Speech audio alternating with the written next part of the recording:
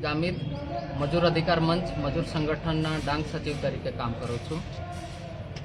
ગત તારીખ 15/4/2026થી વ્યારા સુગર અને મહુવા સુગરમાં કામ કરતા કામદારોને એમનું જે કામગીરીનું વળતર છે, જે એમનો કમિશન છે, એ સુગર ફેક્ટરીઓના સંચાલકો અને મજૂર ભરતી સુપરવાઇઝર એ લોકો દ્વારા 4 દિવસથી ગલ્લા તલ્લા કરીને ચૂકવણું કરવામાં આવેલ નથી.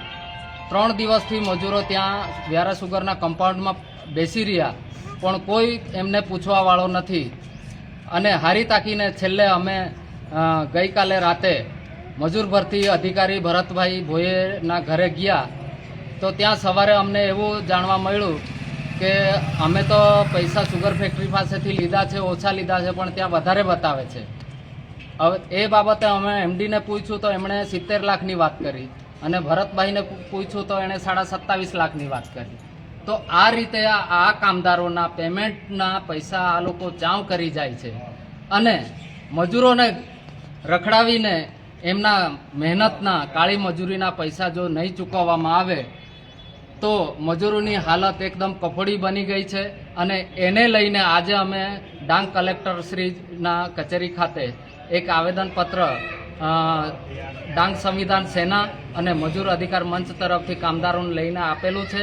અને અમારી માંગણી છે કે આ જ કામદારોને 24 કલાકની અંદર આમના વેતન નહીં મળે તો અમે ભૂખ હડતાલ કરીશું અને ગાંધી ચિંધ્યા રાહે અમારે જે પણ કરવું થશે એ કરીશું. અને એ બાબતે તંત્રને અમે ધ્યાને દોરીએ છીએ અને એમાં જો કંઈક ચૂક થશે તો એ સંપૂર્ણ જવાબદારી તંત્રની રહેશે. સંવિધાન સેના પ્રમુખ નિલેશભાઈ એસ જામરે.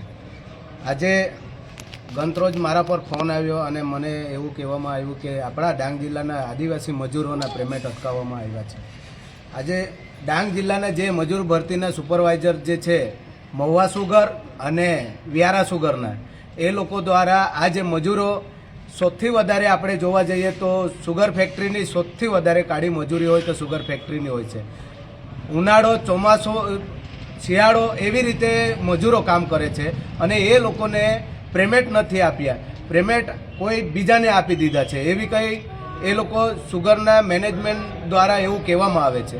તો હું સરકારને એવું કહેવા માગું છું, તમે આજે 2026-27ના બજેટમાં તમે એક માણસના માથાદીઠ તમે 3,01,000નો વિકાસના બજેટની તમે ફાળવણી કરી છે અને અમારા આદિવાસી સમાજના જે આ લોકોના બજેટ ખાવાની જે વાત કરી છે.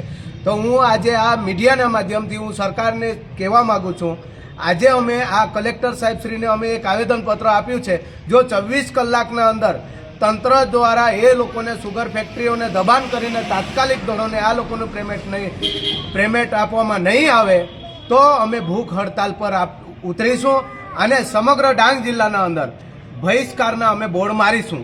એમાં કોઈ પણ તંત્ર જો અમને દબાવવાની કોશિશ કરશે, અમે આદિવાસી સમાજને એ લોકોએ છેડવાનું કામ કર્યું છે, અમે કોઈ પણ દિવસે એ લોકોને સહન કરવાના નથી. આજે અમે બધા જાગૃત છીએ. આજે આ મીડિયાના માધ્યમથી તમે જોઈ શકો છો, આ નાના નાના બાળકો લઈ આજે ચાદરો લઈને આ લોકો 3 દિવસ સુધી વ્યારા સુગરના ગ્રાઉન્ડમાં જે એ લોકો ભૂખે પ્યાસા પડી રહ્યા હોય તો સરકાર શું કરે છે એના નજરમાં કેમ નથી આવતી? આજે ઇલેક્શનમાં મોટા મોટા નેતાઓ જ્યારે ક્રિકેટ ગ્રાઉન્ડને જ્યારે ઉદ્ઘાટન કરવાના હોય તો એ લોકો કલાકમાં દોડી જાય છે અને સ્થાનિક 173 ડાંગ વિધાનસભાના ધારાસભ્યને આ મજૂરો દ્વારા જાણ કરવામાં આવી કે સાહેબ અમારી આ પરિસ્થિતિ છે, તેમ છતાંય પણ એમએલએ સાહેબ ત્યાં સુધી પહોંચ્યા નથી.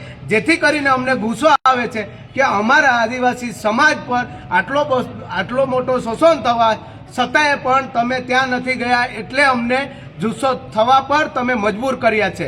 અમે એક સંગઠન લઈને ચાલીએ છીએ.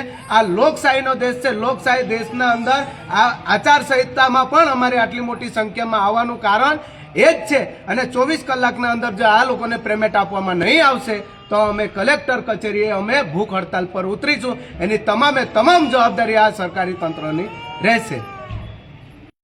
जहन तक आम्हाला देत नाही असे आम्ही रात्रीच रखडणार.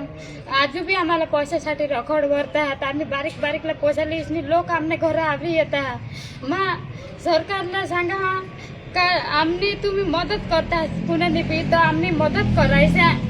आम्ही रोज दिवस रखडत ठेवून जाऊन भूकत तर आम्ही सहाय्य करणे માટે आम्ही तुम्हाला काहीतरी करजो आणि का आमनी मदत करा आम्हाला जे पैसा आम्हाला मिळ नाही राहणार ते तुम्ही मदतदार आम्हाला मिळू शकता तर तुम्ही आमनी मदत करा. કામ કર્યું અને 2 માસ મહુવામાં કામ કર્યું. તો જે મહુવાનો પેમેન્ટ એ અમારે આ માર્ચમાં 24 તારીખે એ સિગ્નેચર અમારા લઈ લીધા અને એ કહેતો છે હવે કે તમારું પેમેન્ટ થઈ ગયું, પણ એ કોના હાથમાં ગયું એ પણ પૈસા આવ્યા નથી અને જે વેરાના છે એ પણ આવ્યા નથી. તો અમારે પૈસા લેવા જવાનું ત્યારે કોના પાસે? હવે અમારી એ માંગણી છે કે સરકાર એ અમારું કામ ને જે માંગણી છે એ પૂરું કરે અને જે અમારું જે ચૂકવાયેલો પૈસા એ કોના પાસે ગયા એની માંગ કરે અને એની જાંચ કરે કે આ પૈસા ગયા કોના પાસે. તે અમારે આ ન્યાય જલ્દીથી પૂરું કરે આ સરકાર. તો અમારી એ માંગ છે. સિગ્નેચર કોણે કરાવ્યું? સિગ્નેચર આ ભરત સાહેબ અમારો છે મોવા સુગરનો કે તમે આના પર સિગ્નેચર કરી આપો તો તમારું પેમેન્ટ 2 દિવસની અંદર. સંતારામ ચિત્તેના અને ભરત આપણે કોટબાના એ આમાં પર સહી કરી લેના 2 દિવસની જ અંદર તમારું પેમેન્ટ પૂરું થઈ જશે.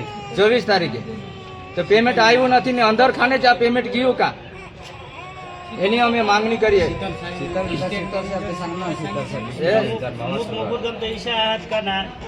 સિગ્નેચર કરેલો જ નહીં, સહી કરેલો જ નહીં બિલ છતાં તે પૈસા લીલી ના હાથ. આ પૈસા ગયા કા એ પૈસા ગેત કઢો મુકાર તમને પૈસા નહીં મળે તે પૈસા ગેત કઢો ભરત સાહેબ ની ઠગીશ ની સહી કરી લીધી પૈસા તમારે તો બિલ આજુ આમાં પાછું હા તે ખાલી કાંઈ બિલ જ હા બિલ છે ને અમારે પહેલા બિલ બિલ 18 તારીખે ગઈ યાર.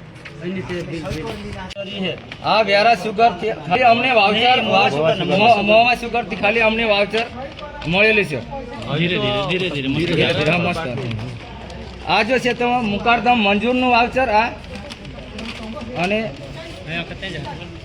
આ છે તો ખાલી મુકારધામનું વાઉચર એ બેઉ ખાલી વાઉચર મળેલું છે. અમને પૈસા નથી.